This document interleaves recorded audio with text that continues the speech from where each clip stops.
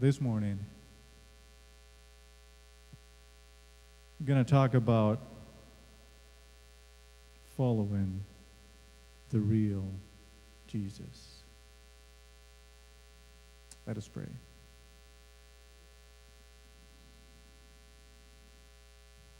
Our Heavenly Father, talk to us like you've never done it before. Touch our hearts. Lead us into action. In Jesus' name I pray. Amen. Have you noticed that we use plastic for just about everything nowadays? Plastic. It's nearly everywhere. Plastic makes our lives better. We have plastic in our cell phones, don't we? Oh, yeah. Not only that, we can't live without a cell phone no more. Everybody has a cell phone. Ask your 5-year-old. We have plastic in our computers too. You've noticed that? Uh-huh. And those little ones,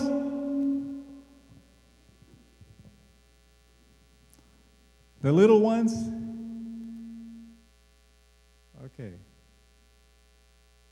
We're doing better now? Okay. 5, 6 years old, they know how to use a computer, man. They know how to use it better than you.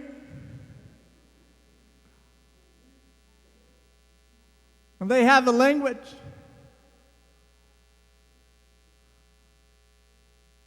And you don't even have to teach them how to use Word, Excel. They know it all, man. Plastic. You look at your car, and your car is full of plastic. Yeah. The interior, safety glass, engine parts. We buy toys. Most of the toys are made out of plastic. Not only are they made of plastic, but they come wrapped in what? In plastic. Not only are they wrapped in plastic, but when you carry them home, you carry them in what? A plastic bag.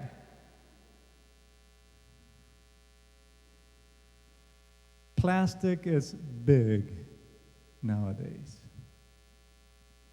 Talk about medicine. The stuff is sterilized and wrapped in plastic. We have plastic tubing and plastic things that we use, syringes, all kinds of stuff. Plastic is important in the medical industry. Our medications come to us in what? Plastic bottles. Our eyeglasses, they have plastic frames. Plastic even makes communion better as we drink from our little plastic communion cups. You've noticed that? A few years ago, it was what? Glass. No more. We even have plastic Jesus. Believe it or not, yeah. Plastic is big in the spiritual life of many people. And I'm going to say it again. Plastic is big in the spiritual life of many people. You can buy plastic Jesus in the store. You see, somehow we think everything will be all right if we have plastic Jesus. Because He's going to make everything good, and we'll live in a nice neighborhood, in a nice house, and we'll have a nice job, and we'll have nice kids that will go to a nice church. Everything will be nice because that's exactly what plastic Jesus promises.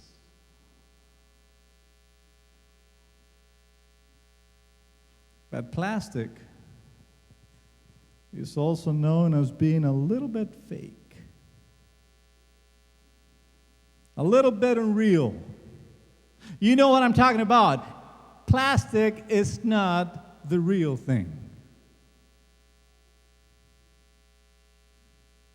Now, plastic surgery is needed in some cases. But when you get too much plastic surgery on your face, you start to look a little weird.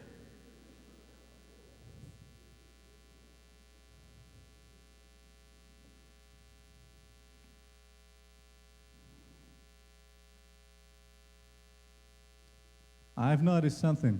If you've been watching the TV, it is popular to pay homage to plastic Jesus. If you've seen those awards, the Grammy, Emmy, when the rich and famous get up, what's the first thing many of them say? You've seen it? You've heard it? When the rich and famous get up, what is it that they say? Thank you, Jesus. Have you heard it? Oh, yeah. Thank you, Jesus. Really? So God help you act better in that X-rated movie so that you can get an award? Really? So God help you be creative and write those lyrics to that questionable song? Really?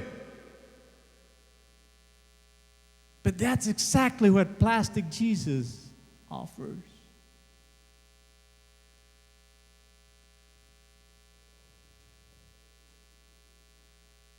Have you heard about the song Plastic Jesus? Who's heard that song here before? Raise your hand. Plastic Jesus. Boy, 2 people. How many of you watched Cool Hand Luke in 1967? Okay, let me clarify here. I'm talking about all people. Okay? 1967 is way before I was born. Well, maybe not. But that song was written in the early 60s. And I had to go into the internet and look at that song and see the lyrics of the song Plastic Jesus. And it's been redone, and I do not know how many times they've changed verses, they've added to it, they've taken away from it, but it says something like this. I don't care if it rains or freezes as long as I have my plastic Jesus. And then it says, riding on the dashboard of my car, I can go 100 miles per hour as long as I've got the almighty power glued up there with my fuzzy dice. Plastic Jesus, riding on the dashboard of my car through all the trials and tribulations, will travel every nation with my plastic Jesus, will go far. Now, if you look at some of the verses of that song, talk about different things that happen when you have plastic Jesus. As a matter of fact, the singer, he complains that Jesus is starting to get faded from his cigar smoke as he smokes. He talks about using Jesus' halo as an aiming guide in trying to run down pedestrians that are in his way.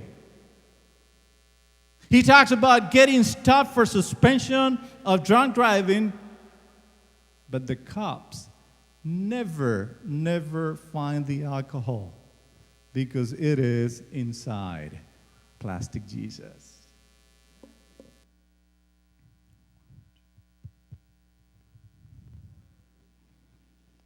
And you know what the song is really talking about? It's like, is this. The message of the song is, I can do whatever I want as long as I have plastic Jesus in my life. Because plastic Jesus will make everything all right. I can do whatever I want to do, and plastic Jesus will say, it's okay.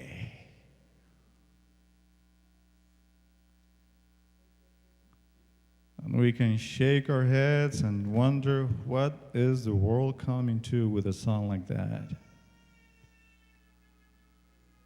But when push comes to shove, we're not all that different, are we? How many of us claim to be Christians? How many of us claim to be followers of Jesus, but yet we act in very unchristian-like ways?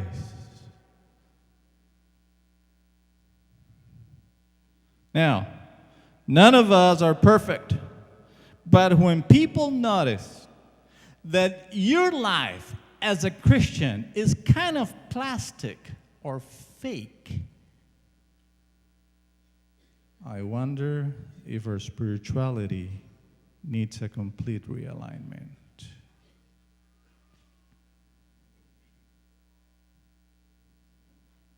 Now, I don't want to spend all morning talking about bad stuff,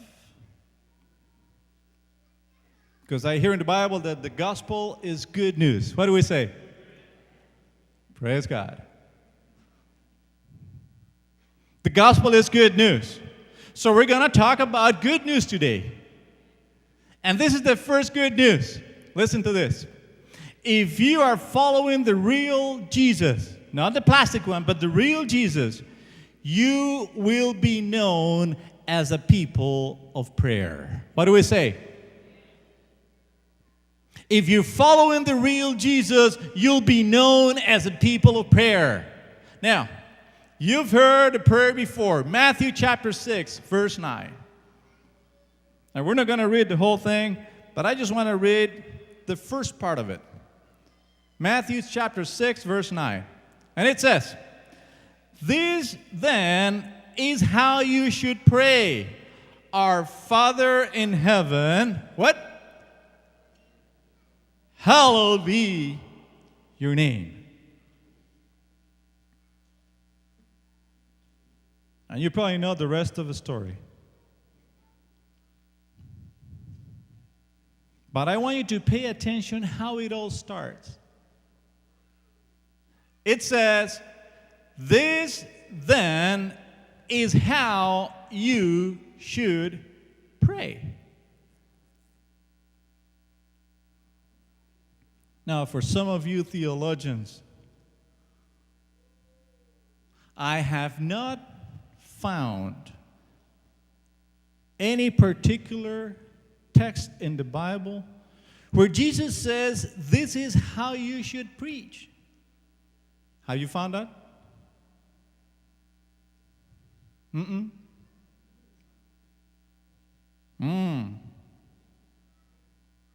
I don't see that happen in the Bible. As a matter of fact, I don't see the Bible says you need 3 points, 4 lessons, and some nice illustrations, and then you'll have a good sermon. Nope. Now, Jesus never in the Bible teaches us how to give a good Sabbath school class, does he? No, he does not. He never says, this is how you should give a Sabbath school class. Get a guitar for some good music, then have your computer ready for the PowerPoint presentation, and then you have a good class. No way. Felix said it. What we find in the Bible is that God teaches us by example in those cases, and we learn from watching how he did it. But when it comes to prayer, notice it's a little bit different. When it comes to prayer, listen to me now, not that the disciples had not seen him praying before. Not that they've never heard a prayer before. But now he pays special attention and he says, this then is how you should pray.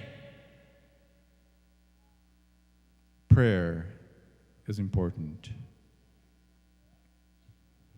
Remember the book of Acts? When 3,000 people were baptized in one day? Remember? 3,000 people baptized in one day. Boy. Imagine what would happen if 3,000 new people showed up here next week. What would happen if 3,000 new people would showed up here next week? What do we do with them? Think about it. We have all kinds of problems. Where do we park? We can't fit that many cars in here. We don't have places for them to sit. 3,000 people. They don't know what to say because they're not familiar with our Seventh-day Adventist language. They don't know any of the songs we sing. And they don't know the right stuff to do. So what do we do with 3,000 new people in our church? Listen to what the disciples did. 3,000 new converts came into the church. And this is what the Bible says in the book of Acts, chapter 2, verse 42. It says, they devoted themselves to the apostles' teaching and to the fellowship, to the breaking of bread and to what? Prayer. They devoted themselves to prayer. What do you do with 3,000 new people here? Well, according to the Bible, you teach them to pray. You get them to know and to make some new friends, to eat with them, to teach them to pray. Prayer is important.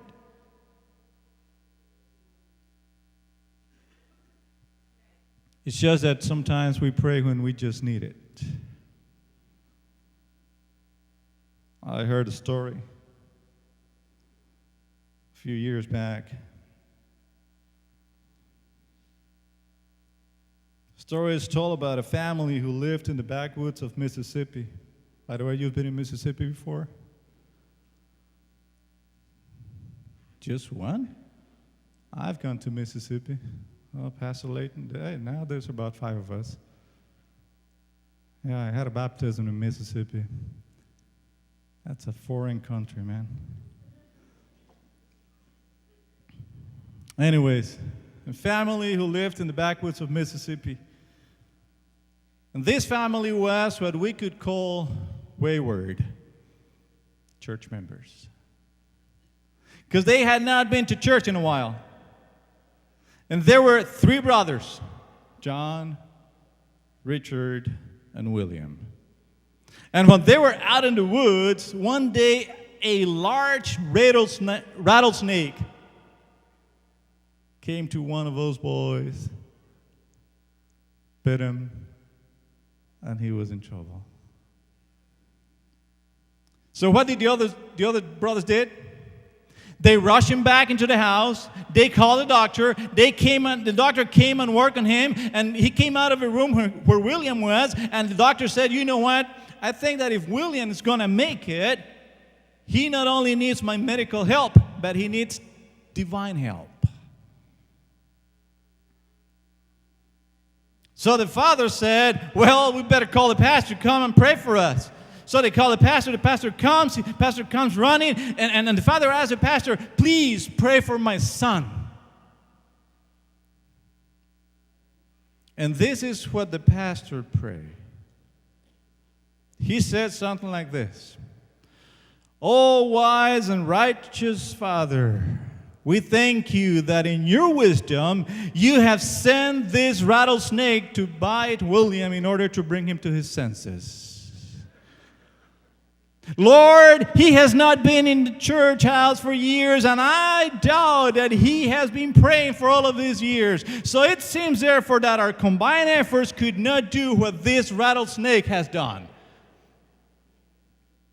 We trust you, O Father, that you will send another snake to bite John and Richard and a big one to bite his father. For we conclude that this is the only way that this family can come to you. So, Lord, I pray that you send us 3 bigger and better rattlesnakes. Amen.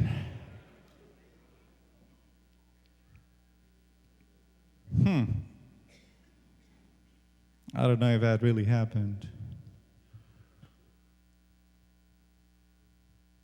But one thing I know, prayer is important.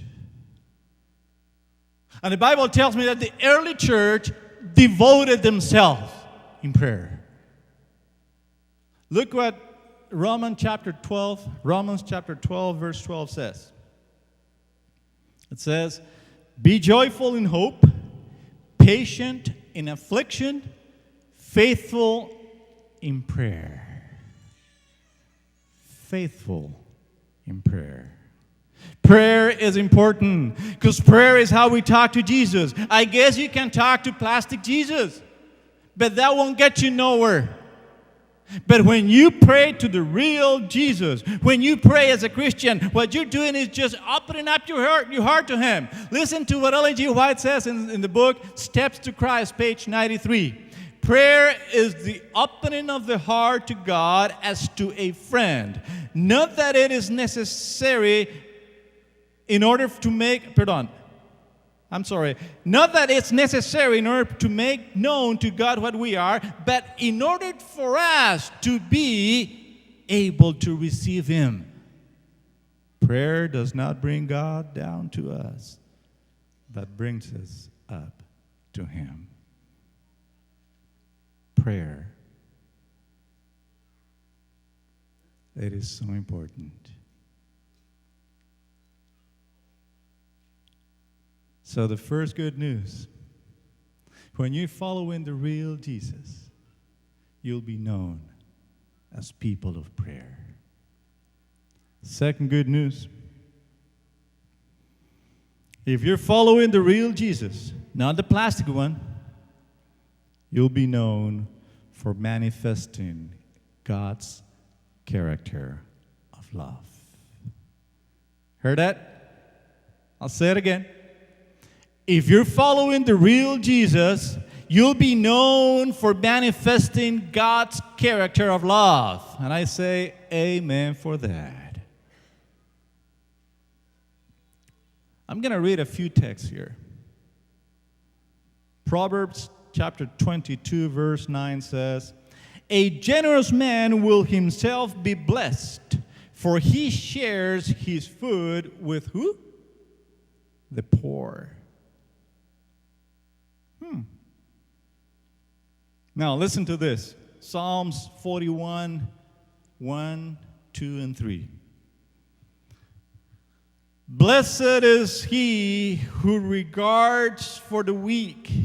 The Lord delivers him in times of trouble. The Lord will protect him and preserve his life. He will bless him in the land and not surrender him to the desire of his enemies. The Lord will sustain him on his sick bed and restore him from his bed of illness." Why is God doing all of this for people?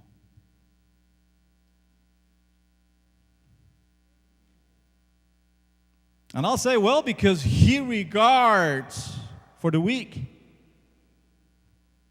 God has always been about helping the poor and the downtrodden. But I say more than this. Because God loves people. And that's the thing that I find in the Bible. And that's the fact that I find in the Bible. And I can't say there is no other reason why is it that God does what He does, but because He loves people. He loves you and He loves me. You know, we talk about Sodom and Gomorrah. And usually we say the reason why God destroyed Sodom and Gomorrah was because of what? Homosexuality. Homosexuality.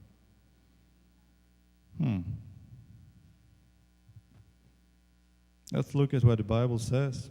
Ezekiel chapter 16 and verse 49. Ezekiel 16:49. It says, "Now, this was the sin of your sister Sodom. She and her daughters were," what? "Arrogant, overfed, and unconcerned. They did not help the poor and needy." Have you read that before? Had you read it before? This is the reason why Sodom and Gomorrah were destroyed. They were what? Overfed, unconcerned, arrogant, and they didn't help the poor and needy. Does that sound a little bit like us today?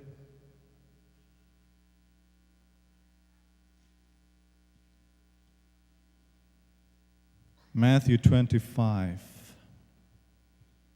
You're very familiar with this text. Jesus talking about the second coming.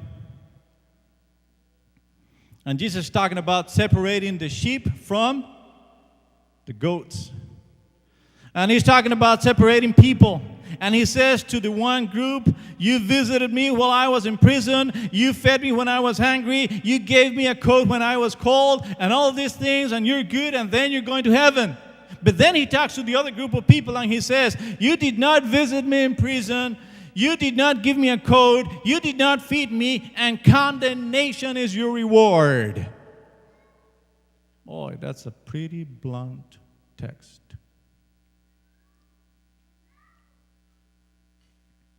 When you look at Matthew 25, sometimes you can get to the wrong conclusion. Because I do good things, what happens? Go to heaven. I do bad things, or I don't do good things, and I go where? Hell. And then you say, that's exactly what the Bible says. And it doesn't take a rocket scientist to connect the dots and end up with salvation by works. So that we can make a balance here, let's take a look at some of the Bible texts. Titus chapter 3 verse 5 says, "He saved us not because of righteous things that we had done, but because of" what? "Because of His mercy." What do we say? Amen. Okay, hey, Pastor, where's the balance here? Matthew 25 says, "You fed me, you visited me, you gave me a coat, and then you're going up to heaven." But then Titus says, "He saved us not because of righteous things we had done, but because of His mercy." And I say, praise the Lord.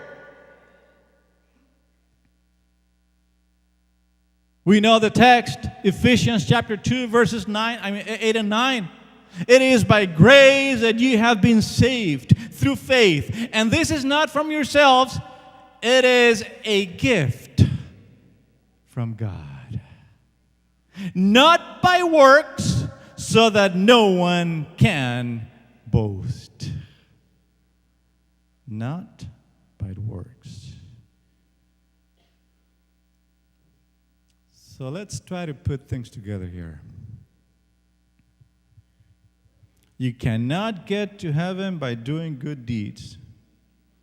But if you're following the real Jesus, you will be known as a people who manifest God's character of love. Hear me right.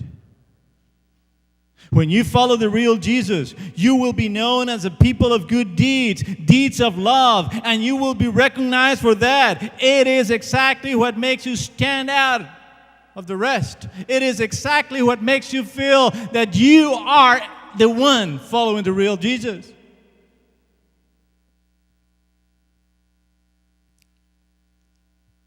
I don't know who's in the back, the projection, but there is some paragraphs that you might have there in the PowerPoint presentation. Listen to what Ellen G. White says. Christ, Objects, Lessons. Page 415. See if we have it up here in the... Not yet.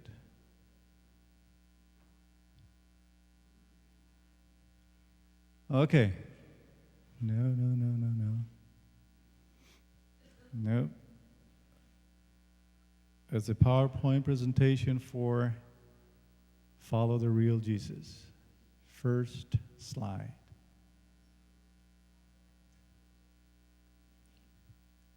Okay, got it. This is what it says. The last rays of merciful light, the last message of mercy to be given to the world is a revelation of what? That's powerful, isn't it? Well, Pastor, somehow I heard differently. Because I thought that the last message was the three-angel message. I thought that the last message had to do with the sanctuary. I thought the last message had to do with the Sabbath. I thought the last message had to do with something else. But listen to what she says here again. The last rays of merciful light, the last message of mercy to be given to the world is a revelation of His character of love. And I say, praise the Lord.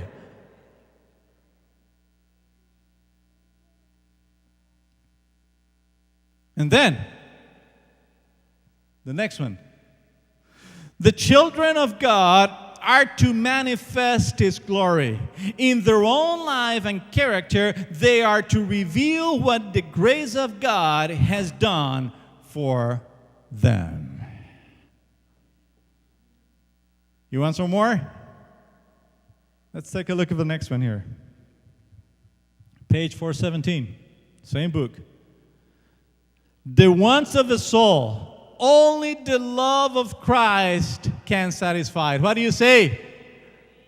Let me read that again to you. The wants of the soul, only the love of Christ can satisfy. If Christ is abiding in us, our hearts will be full of divine sympathy.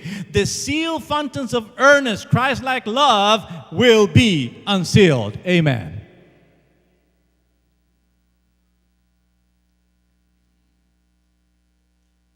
So if you're following the real Jesus, you'll be known as people of prayer. If you're following the real Jesus, you'll be known because you're manifesting God's character of love. And number 3, this is the third blessing.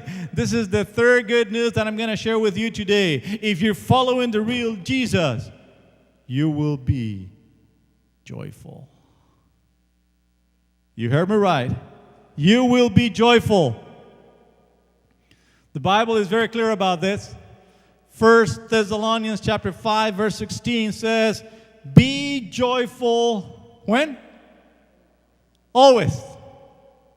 Always. It doesn't say be joyful if you feel like it. It doesn't say be joyful if it's convenient for you. It doesn't say be joyful if everything's all right. The Bible says, be joyful always. Now, what does it mean anyways? Be joyful always? Think about it for a minute. Nobody walks around saying, man, I lost my job, and I'm very happy about that. Haven't heard that. Nobody walks around saying, you know what, Pastor? My relationship with my wife is suffering, and we may have to get a divorce. And boy, am I happy about it.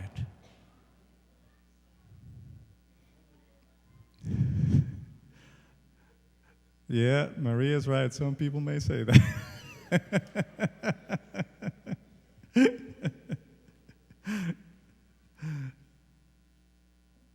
Now, I haven't yet heard a parent telling me, Pastor, my daughter has been using drugs for the last year, and I'm delighted that she's using a stronger substance today.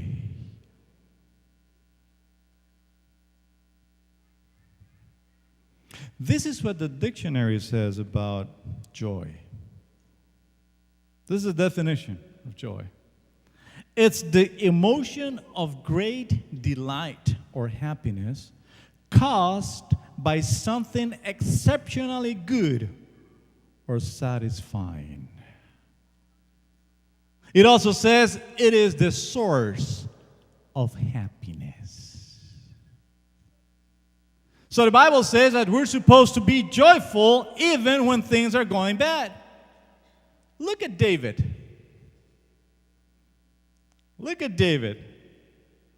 Did he have any trials in his life? Did he go through tribulation in his life? Oh yeah, he sure did. But still, listen to what it says. Psalm 100 verses 1 and 2. Shout for joy to the Lord, all the earth. Worship the Lord with gladness. Come before him with joyful songs. Psalm chapter 51 verse 12 says, restore to me the joy of your salvation and grant me a willing spirit to sustain me. I like that. I like that. Restore to me the joy of your salvation. You remember the day you got baptized? Remember? I was just talking to Elizabeth a little while ago. We were talking about Elizabeth's son. He wants to get Bible studies. He wants to prepare himself for baptism. And I remember when it happened to me. I was 10 years old. 10 years old. It's been more than 2 years, though. 10 years old. Boy, I don't know what was your reaction when you were going to get baptized. But I was 10 years old. A pastor came to the University Church in Columbia. As a matter of fact, it was Pastor George Brown. You probably know him. He was the president of the Inter-American Division. And he went down to Columbia, and he had a week of prayer. At the end of a week of prayer, I said, I'm going to get baptized. Not only that, I felt so good about it, but not only that, I felt that God was talking to me in a special way. Even though I had been raised as an Adventist, even though I'd been in churches, I remember. And that night before the baptism was so special to me. Boy, I prayed like never before because I wanted to be ready. I got up, believe it or not, 10-year-old boy, I got up at 5 o'clock in the morning that day, at Sabbath. And I prepared my clothes and I prepared everything because I needed to go there and be on time and make sure that I was going to get baptized. What a joy. Each one of us, when we get baptized, there is a lot of joy on that day. And maybe all these years later, it's kind of hard to still have that joy. It's kind of hard to maintain the level of emotion high through all of these years. So the Bible says, if that happens, you pray to God and He will restore the joy of your salvation. That's what God will do for us. And that fits right into what the angels say in the book of Luke when Jesus was born. Remember, an angel came and said, do not be afraid. I bring you good news of great joy that will be for all the people. Now the question is, what's a great joy?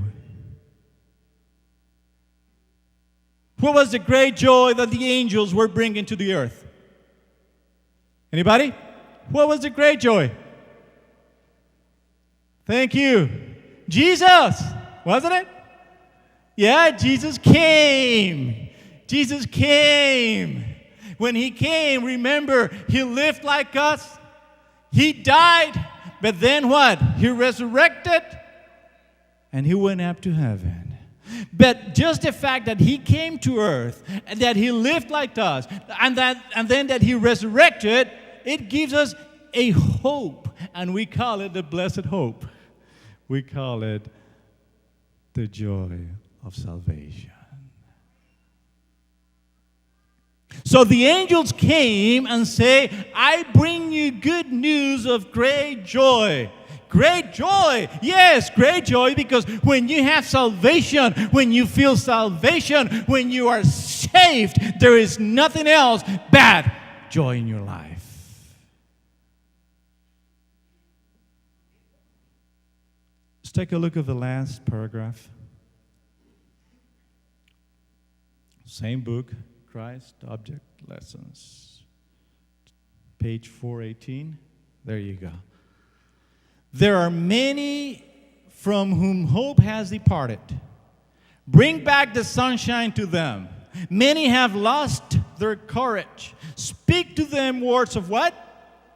Cheer. Pray for them. And then says what? Bring them to Jesus. Bring them to Jesus. We're not happy about the bad things that we have to struggle with. But there is good news. And the good news is that in spite of the bad things, we can still have joy because God is constant and He is willing to carry the load. What do you say? Brothers and sisters, there is a time in which we have to stop pretending. There is a time in which we have to stop worshiping the plastic Jesus. There is a time in which we have to realize that Christian life, spiritual life is more than that. That we have to be people of prayer, that we have to manifest God's character of love, that we have to be joyful all the time. And that's cool. Because if we're following the real Jesus, we will have joys, not because our lives are perfect, not because we're problem-free, but because we experience joy and happiness because we understand that God is willing to carry the load and He has the power to turn things around in my life.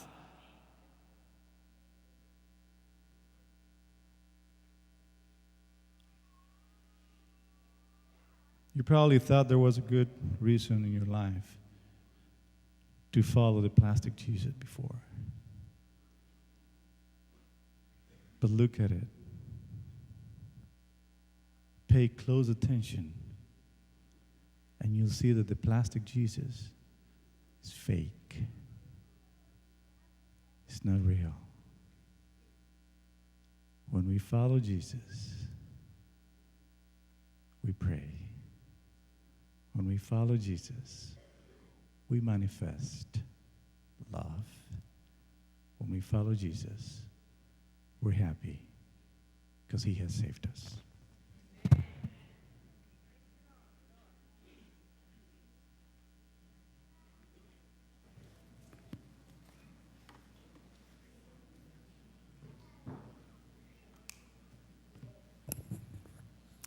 I invite you to stand with me as we sing together our closing hymn, number 245, More About Jesus.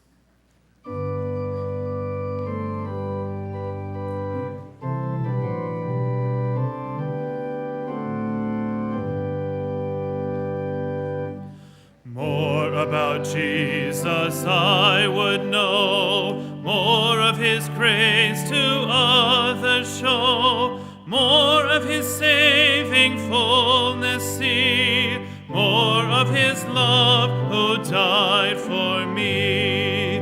More about Jesus, more about Jesus, more of His saving fullness see, more of His love who died for me.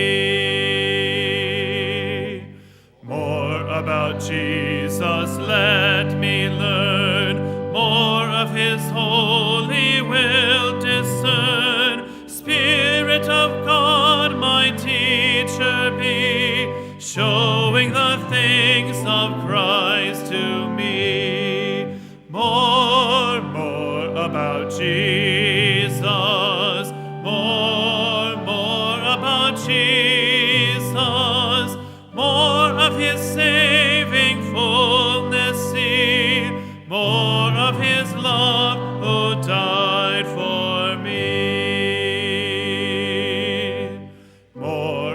about Jesus in his word, holding communion with my Lord, hearing his voice in every line, making each faithful saying mine.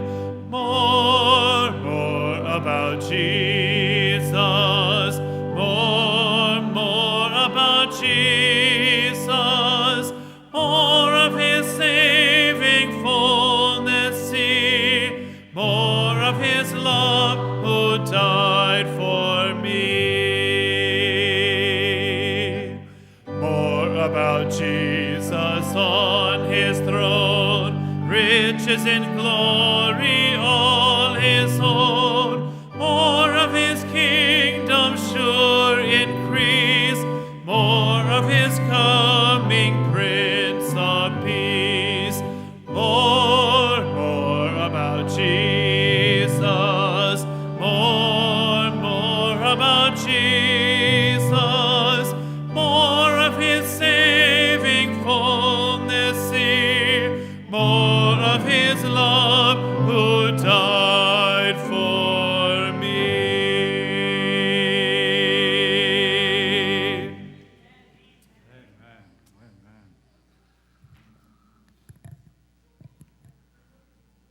Our gracious Heavenly Father,